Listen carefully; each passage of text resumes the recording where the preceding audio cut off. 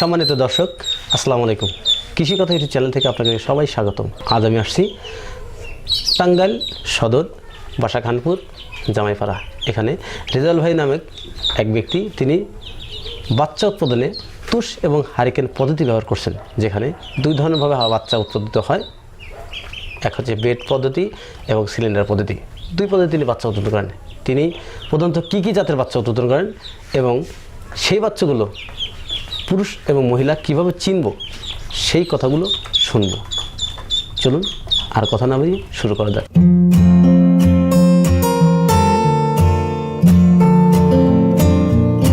ভাই আসসালামু আলাইকুম। ওয়ালাইকুম আসসালাম। ভালো আছেন ভাই? ভাই ভালো আছি ভাই। আসলে আপনার নামটা বলার আর রাখিনি, কারণ ইতিপূর্বে আসছিলাম বা শুনছি বা পরবর্তীতে আর বলার দরকার আসে না। আমি সরাসরি আপনার কথায় চলে যাই।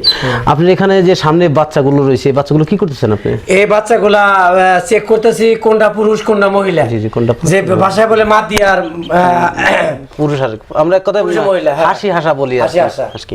এই যে হাঁসগুলো আছে বা বাচ্চাগুলো আছে, এগুলো আমাকে দেখাবেন কিভাবে আসলে কোনটা পুরুষ কোনটা মহিলা? অবশ্যই আপনি দেখবেন।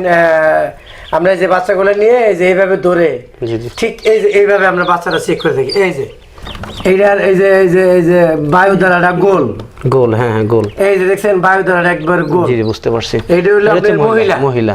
একটা পুরুষ দেখান তো ভাই আমার। হ্যাঁ, এই যে পুরুষ আছে। এদিকে দিকে দিকে। এই যে এটা হলো পুরুষ। এই যে এটা দেন, ওই যে সাদা একটা ওই যে এর মতো পেনিস এই বের হইছে আর কি, ওই সাদা ওই যে ফিতার মতো না, ওইটা হলো পেনিসের যে পুরুষের পেনিস হয়। বুঝতে পারছি। সেটা হলো এইটা হলো পুরুষ আর কি। হ্যাঁ, আমরা দেখলাম যে তিনি কিভাবে বাচ্চা বাছাই করেন। এটা তো ম্যানুয়াল পদ্ধতি। আচ্ছা ভাই, এই পদ্ধতিতে হাঁসের বাচ্চা ভুল হওয়ার সম্ভাবনা আছে? যে কোনো কারণে বেশি যাওয়ার সম্ভাবনা আছে পুরুষ?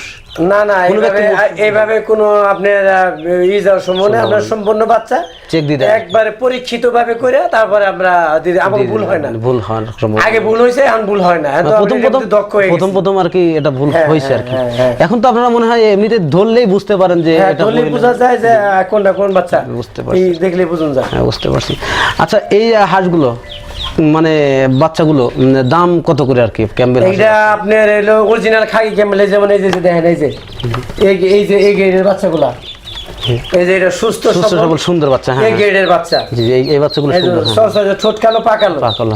এই গ্রেডের বাচ্চা। এই বাচ্চাটার দাম হলো আপনার 35 টাকা। 35 টাকা করে আর কি বিক্রি। 35 টাকা করে বিক্রি হচ্ছে। ওই সময় তাহলে বাজার 2-1 টাকা কম বেশি হয় আর কি। এক্ষেত্রে কি দামাদামি করার অপশন আছে?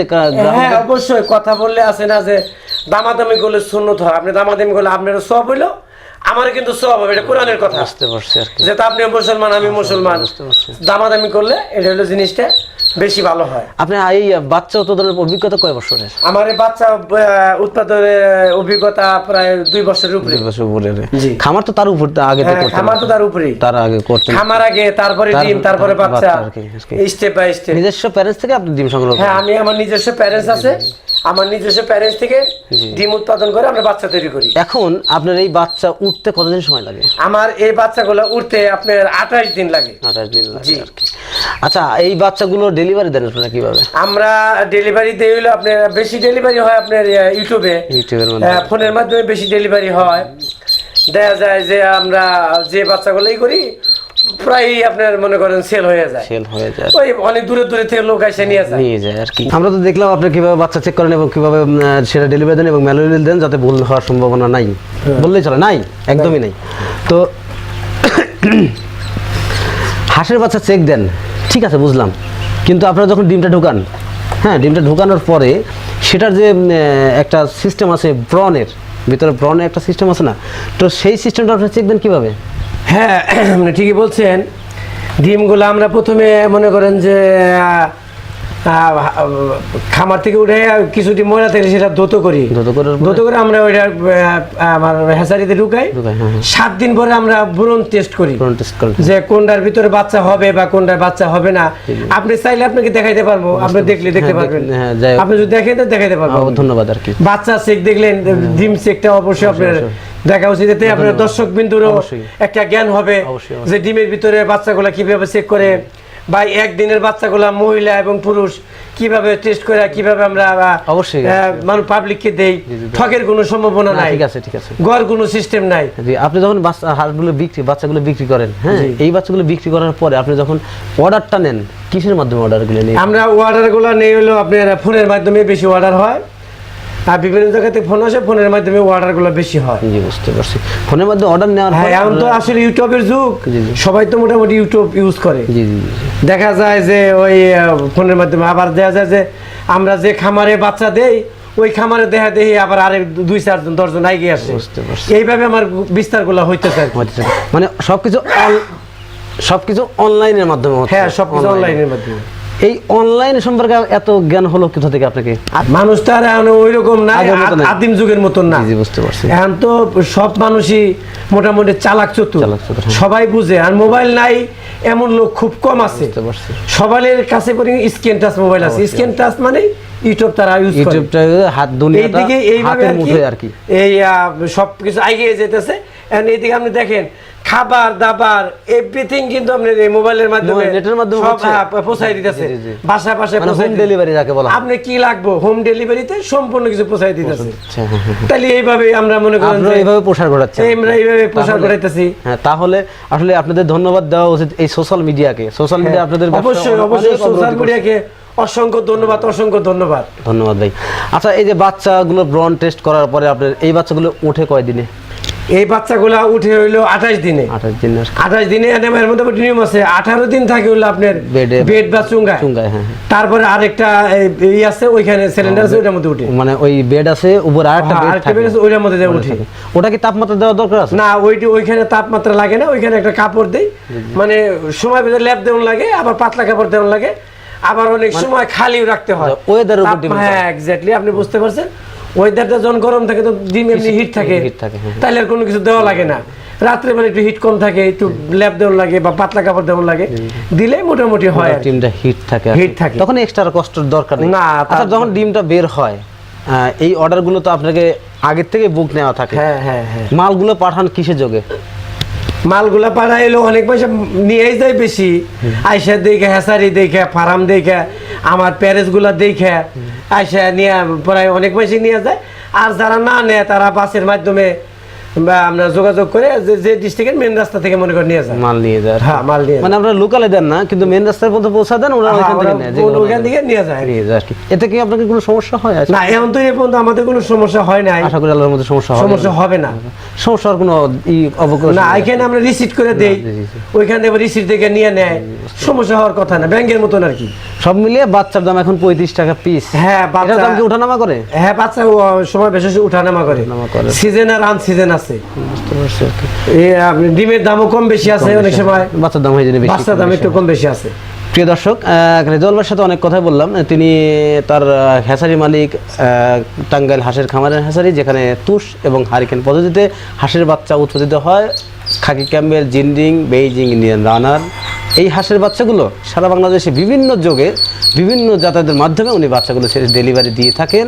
এবং এই ডেলিভারিতে তার আজও পর্যন্ত কোনো সমস্যা হয়নি। আর দোয়া করি আল্লাহর রহমতে তার ব্যবসা যেন অনেক অনেক দূর এগিয়ে নিয়ে যান, এবং তাকে দেখে এই এলাকার লোক যেন শিখে এবং জানে, এবং তারা যেন বেকার সমস্যা সমাধান করতে পারে।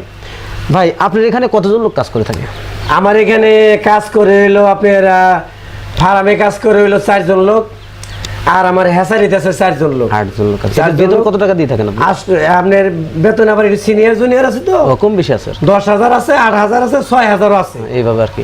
সব মিলে তাও 8 জন লোকের কত টাকা বেতন দিতে হয়? আপনার তাও 6,48 হয়তো আপনি মনে করেন যে 40-42 এর মতো যায়, এরকম যায় আর কি। হ্যাঁ, তাতে কি আল্লাহর রহমত আপনি খুব ভালো আছেন? হ্যাঁ, আলহামদুলিল্লাহ। এদেরকে দিয়াও আল্লাহ আমাদের যথেষ্ট বেনিফিট দেয়, 4 ডাল ভাত খাইতে পারে আর কি, ভালোই রাখছে আল্লাহ।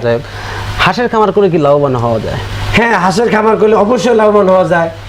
আপনি একটা হাঁস খাবার খাবে কয় টাকা, আর একটা ডিমের দাম কত? একটা ডিমের দাম 10 টাকা, বড় 10 টাকা। খাবার খায় বড় 4 টাকা। 4 টাকা না 5 টাকাই খাবে, তাও 5 টাকা খাইলো, 6 টাকা খাইলো, তাও ডিম প্রতি 4 টাকা লাভ। হ্যাঁ, বুঝতে পারছি।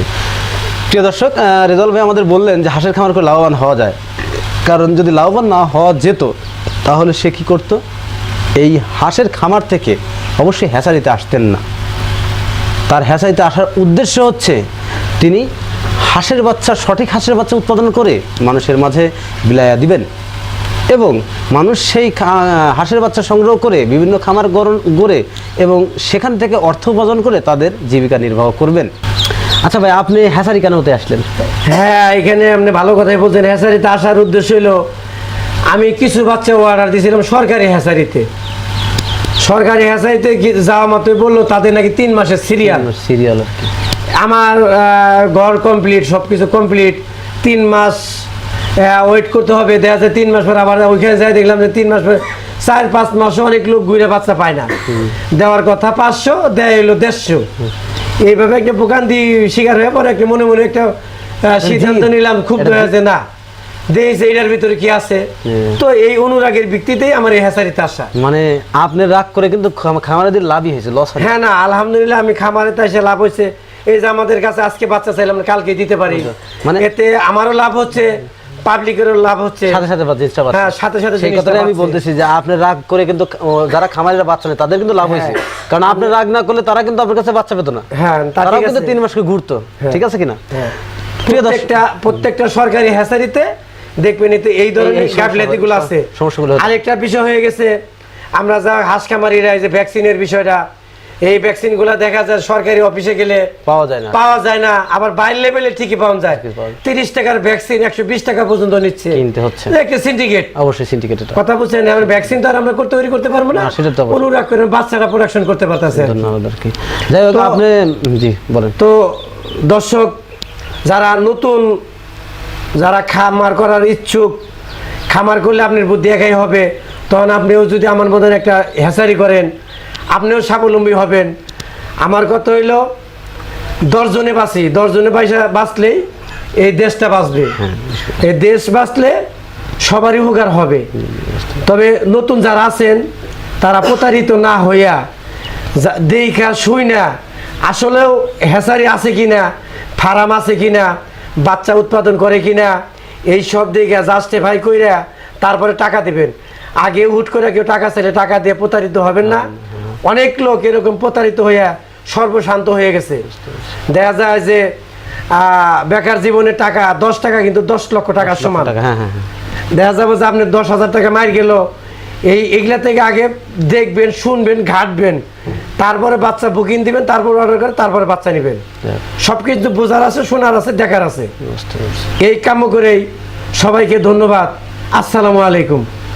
প্রিয় দর্শক, রেজাউল ভাই কিন্তু অনেক গুরুত্বপূর্ণ একটা কথা বলছেন, সেটা হচ্ছে আপনারা তো বিভিন্নভাবে হাঁসের বাচ্চা নেওয়াতে বিভিন্নভাবে বুকিং দিয়ে থাকেন, বিকাশ বা অন্যান্য মাধ্যমে বুকিং দিয়ে থাকেন। সেটা হচ্ছে কেন? কারণ হচ্ছে আপনাদের হয়তো যাতায়াত সুবিধা হচ্ছে না বা আসতে পারছেন না, কিন্তু এতে আপনি কি কখনো খেয়াল করছেন যে এতে আপনি প্রতারিত হতে পারেন?